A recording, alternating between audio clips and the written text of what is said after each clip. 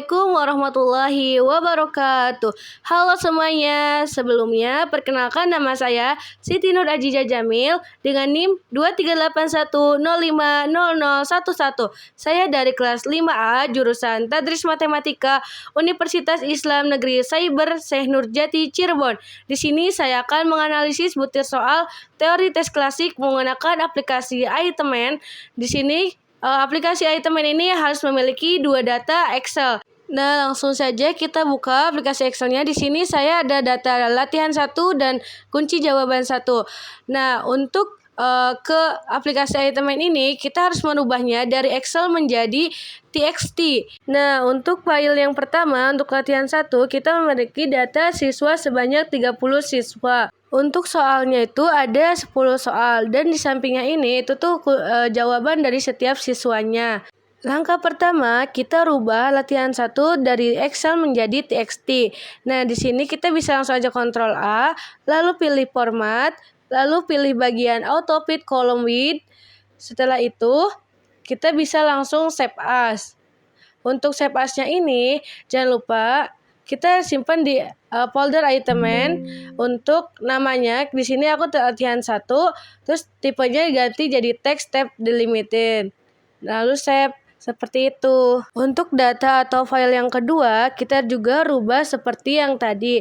Di sini ada 10 soal, di sini ada itemnya, item 1 sampai item 10. Dan untuk kunci jawabannya itu di sini ada semua. Kemudian kita bisa langsung saja Ctrl A, lalu pilih format, lalu pilih bagian auto fit column width. Setelah itu seperti ini kita langsung save aja, save as. Kemudian jangan lupa simpan di folder iTemen. Kita tipenya ganti menjadi TXT. Untuk nama filenya bebas terserah kalian. Lalu save.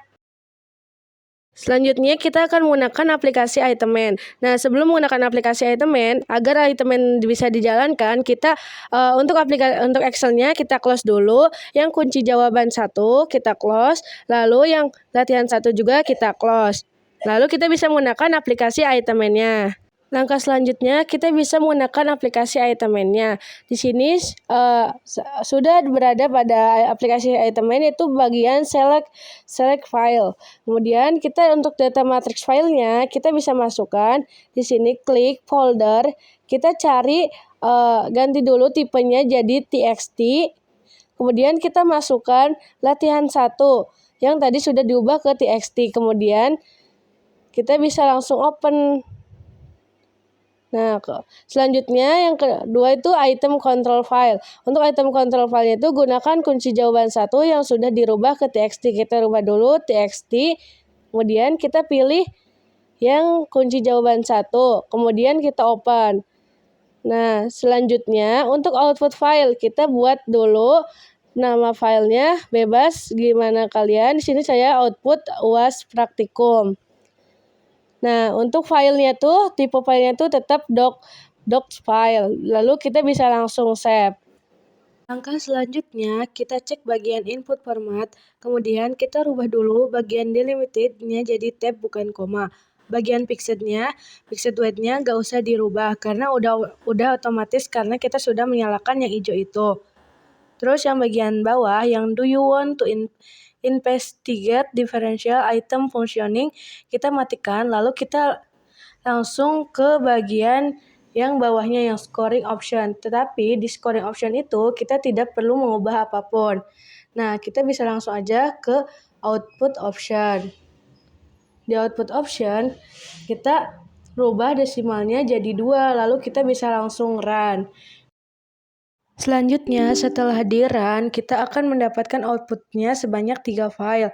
Yang pertama itu filenya ada file output UAS praktikum Excel yang biasa, ada output UAS praktikum yang score, sama output UAS yang file Word-nya.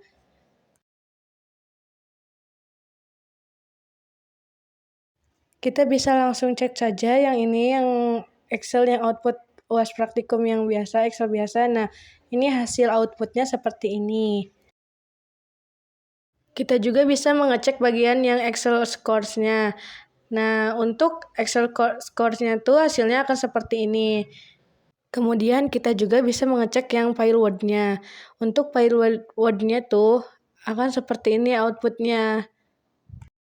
Setelah kita mendapatkan output-nya, kita bisa langsung interpretasi. Untuk interpretasinya, kita buat menggunakan Excel. Nah, bisa dilihat untuk interpretasinya itu di output Excel yang biasa atau nggak ada tulisan scores. Lalu, interpretasi itu isinya ada nomor item, tingkat kesukaran, daya beda, keberfungsian distraksi, dan evaluasi item. Untuk nomor item, kita ketik item 01 sampai item 10. Kita bisa langsung drag ke bawah saja supaya lebih mudah, lebih cepat. Selanjutnya untuk bagian tingkat kesukaran itu ada skor sama kriteria. Dan untuk daya beda juga sama ada skor dan kriteria. Untuk bagian keberfungsian distraksi itu ada option A, B, C, dan D. Kemudian ada evaluasi item juga. Untuk evaluasi itemnya itu seperti diterima, direvisi, ditolak, seperti itu. Selanjutnya kita bisa merapikan tabelnya dulu.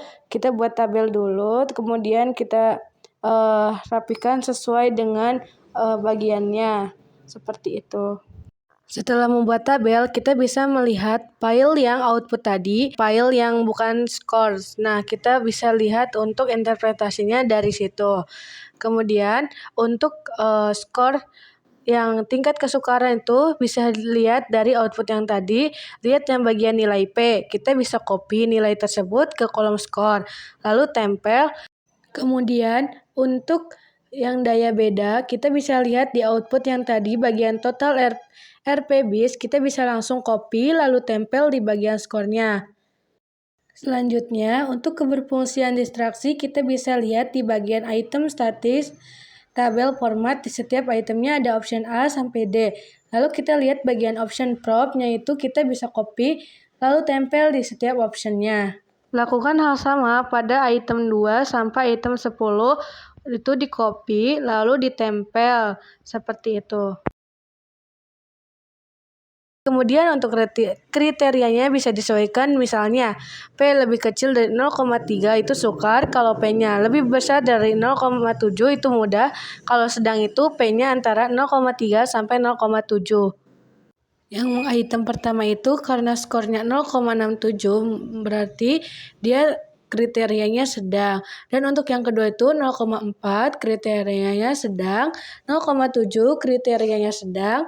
Kemudian yang keempat tuh 1 kriterianya mudah, yang kelima itu 0,77 itu mudah, yang keenam 0,67 itu sedang, item yang ketujuh itu 0,83 itu mudah, yang ke item 8 0,8 itu mudah, item 9 0,97 itu mudah, dan yang ke-10 itu 0,8 itu kriterianya mudah.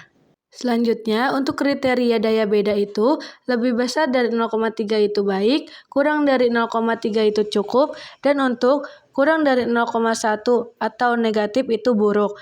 Lalu untuk yang pertama itu skornya kan 0,55 itu kriterianya baik, yang kedua 0,37 itu baik, 0,67 itu baik, yang keempat itu 0 buruk, kemudian yang kelima itu 0,45 baik, yang ke-6 itu 0,63 baik, yang ke-7 0,6 itu baik, yang ke-8 itu 0,45 itu baik, yang ke-9 0,17 itu cukup, dan yang ke-10 0,45 itu baik. Sebelum mengisi evaluasi item, kita ingin menandai misalkan yang warna kuning itu untuk yang opsi direvisi dan yang warna merah itu untuk opsi yang diganti. Selanjutnya, yang terakhir itu ada evaluasi item. Evaluasi item bisa dilihat sesuai keberfungsian distraksi dan daya bedanya. Misalnya, item 1 daya bedanya lebih dari 0,05 maka diterima. Kalau misalnya kurang dari 0,05 itu tidak diterima atau ditolak. Nah, untuk melihat di keberfungsian distraksinya, misalnya optionnya itu option A misalkan lebih besar dari 0,05 itu diterima, kurang dari 0,05 itu direvisi, dan untuk option yang sama dengan 0 maka diganti, seperti itu. Langsung saja evaluasi item yang pertama, yang item 1 itu diterima, opsi B direvisi. Item yang kedua itu diterima, opsi C direvisi. Yang ketiga itu diterima, opsi D diganti. Yang keempat itu tidak diterima atau ditolak karena daya beda itu 0, buruk berarti tidak diterima. Kemudian yang kelima itu diterima, opsi B direvisi, opsi C diganti. Yang keenam itu diterima, opsi C diganti. Yang ketujuh itu diterima, opsi C diganti, opsi D direvisi.